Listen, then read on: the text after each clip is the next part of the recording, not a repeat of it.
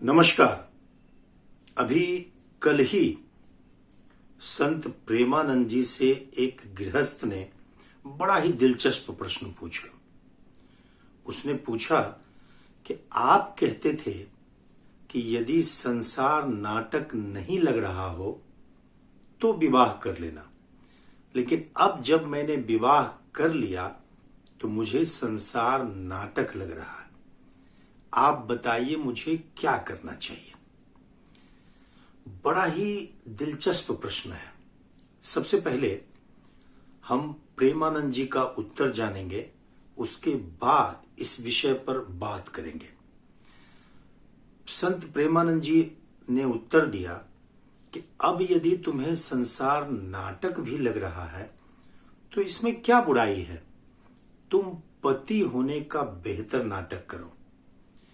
भगवान ने तुम्हें एक अवसर दिया है कि तुम पति बनो। जो तुम्हें अवसर मिला, व्यापारी बनने का, शिक्षक बनने का, विद्यार्थी बनने का, किसान बनने का, जो कुछ भी तुम्हें भूमिका मिली है, यदि पति बनने की ही भूमिका मिली है तो इस भूमिका का निर्वहन तुम अच्छे से करो। क्या फर्क पड़ता है कि संसार तुम्हें नाटक लग रहा है। इस प्रश्न का चर्चा मैं इसलिए कर रहा हूं कि ये बड़ा ही सनातन प्रश्न है। पुरातन काल से ये होता आ रहा है कि लोग भागकर साधु बन जाते हैं, सन्यासी बन जाते हैं और उन्हें लगता है कि उन्होंने ये महान कार्य किया है। दरअसल जिम्मेदारी का बोझ जब किसी व्यक्ति को बहुत सताता है तो सदियों से ऐसा होता आया है कि वो भागकर साधु बन जाता है। लेकिन यह जो भागकर साधु बनना है, यह साधुता नहीं है। यह निहायत एक नकली साधुता है और जिम्मेदारी से भागने की पूरी कवायद है। यह प्रश्न इसलिए उठा रहा हूं कि जिस गृहस्थ का यह प्रश्न है, उस प्रश्न के पीछे संसार को नाटक समझने की कोई बात ही नहीं है। यदि सचमुच उसका प्रश्न उपयुक्त होता, सही होता, हृदय से उठा होता और संसार सचमुच नाटक लग रहा होता तो क्या फर्क पड़ता है कि अब आप परेशान हैं। संसार अगर आपको नाटक लग रहा है तो पति बनने में, पत्नी को नाटक समझने में क्या परेशानी है। इस नाटक का भरपूर आनंद लीजिए। किंतु सत्य यह है कि उस व्यक्ति को अभी भी संसार में उतनी ही रुचि है। यह पूरा का पूरा प्रश्न जिम्मेदारी से भागने की कोशिश। वो संत के पास पहुंचकर यह बताना चाहता है कि वो कितना महान व्यक्ति है।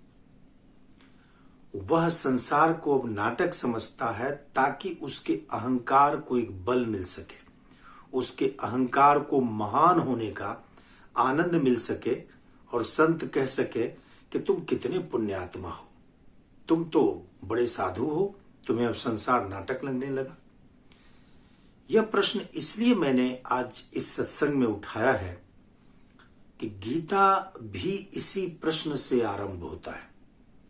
आपको अगर स्मरण हो तो गीता यहीं से प्रारंभ ही होता है। वहां भी अर्जुन के हाथ से गांडीव गिर जाता है। सामने भीष्म पितामह खड़े हैं, द्रोणाचार्य खड़े हैं, दुर्योधन भाई खड़ा है और उस पर अब धनुष और तीर चलाने की बात हो रही है। उसको जान से मारने की बात हो रही है, खत्म करने की बात हो रही है। उस भीष्म को मारने की घड़ी आ रही है जिनके गोद में पलकर अर्जुन इतने बड़े हुए। उस द्रोणाचार्य को मारने की बात हो रही है जिन्होंने अर्जुन को इतना महान धनुर्धर बनाया। इसीलिए उनके हाथ से गांडीव गिर जाता है और वो कहते हैं कि हे कृष्ण, अब मैं सन्यासी होना चाहता हूं, मुझसे ये युद्ध का कार्य नहीं होगा। वहां भी अर्जुन ने यही सोचा था कि भगवान कृष्ण बहुत खुश होंगे। वो कहेंगे कि वाह, ये तो बड़ी सुंदर बात है।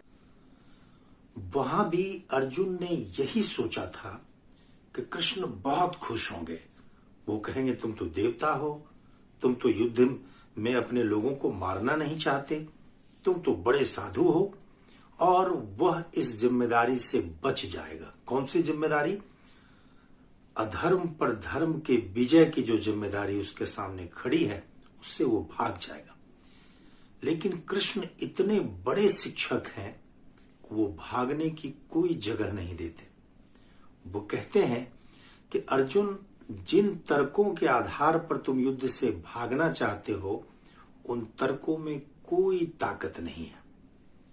तुम सन्यासी बनना चाहते हो, लेकिन भागना सन्यास नहीं है, बल्कि तुम्हारे सामने जो अवसर आया है, एक क्षत्रिय होने के नाते तुम्हारे पास जो कर्तव्य आया है, अगर उसको अनासक्त भाव से, अगर उसको मोह मुक्त होकर कि ये तुम्हारा कर्तव्य है, कोई बिना स्पृहा के, बिना राग द्वेष के अगर इस कर्तव्य कर्म को तुम कर लेते हो, तो यही तुम्हारे लिए बहुत बड़ा सन्यास होगा। और यहां भगवान कृष्ण ने अनासक्त कर्म को सन्यास बताया और उन्होंने कहा कि भागने की आवश्यकता नहीं है, बल्कि जागने की आवश्यकता है। और किस चीज से जागने की आवश्यकता है? मोह से जागने की आवश्यकता है। और पूरी की पूरी गीता इसी प्रश्न से आरंभ होती है और अर्जुन को भगवान कृष्ण कर्तव्य के प्रति, जिम्मेदारी के प्रति बोध भरते हैं। अभी कल का ही ये प्रश्न प्रेमानंद जी से पूछा गया, तो मुझे ऐसा लगा कि यह प्रश्न बड़ा ही पुरातन है। वह प्रश्न जो महाभारत में भी उतना ही प्रासंगिक था, आज के संदर्भ में भी वो उतना ही प्रासंगिक है।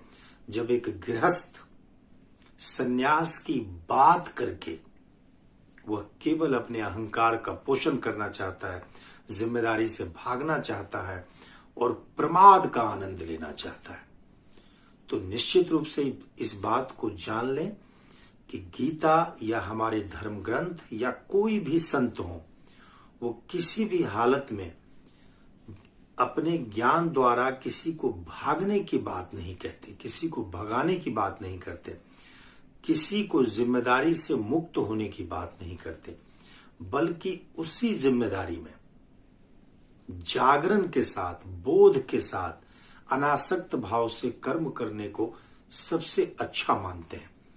एक गृहस्थ के लिए यह सबसे बड़ा दायित्व होता है कि वह गृहस्थ धर्म का निर्वहन करते हुए अनासक्त भाव से सब कुछ करे। एक व्यक्ति घर से जिम्मेदारी से भागकर साधु बनता है, सोचता है कि जिम्मेदारी से मुक्त हो जाएंगे, लेकिन जब वास्तव में वो साधु बनता है, नकली नहीं, जब असली रूप में उसमें साधुता का उदय होता है, तो उसे पता चलता है कि उसकी जिम्मेदारी और भी बढ़ गई।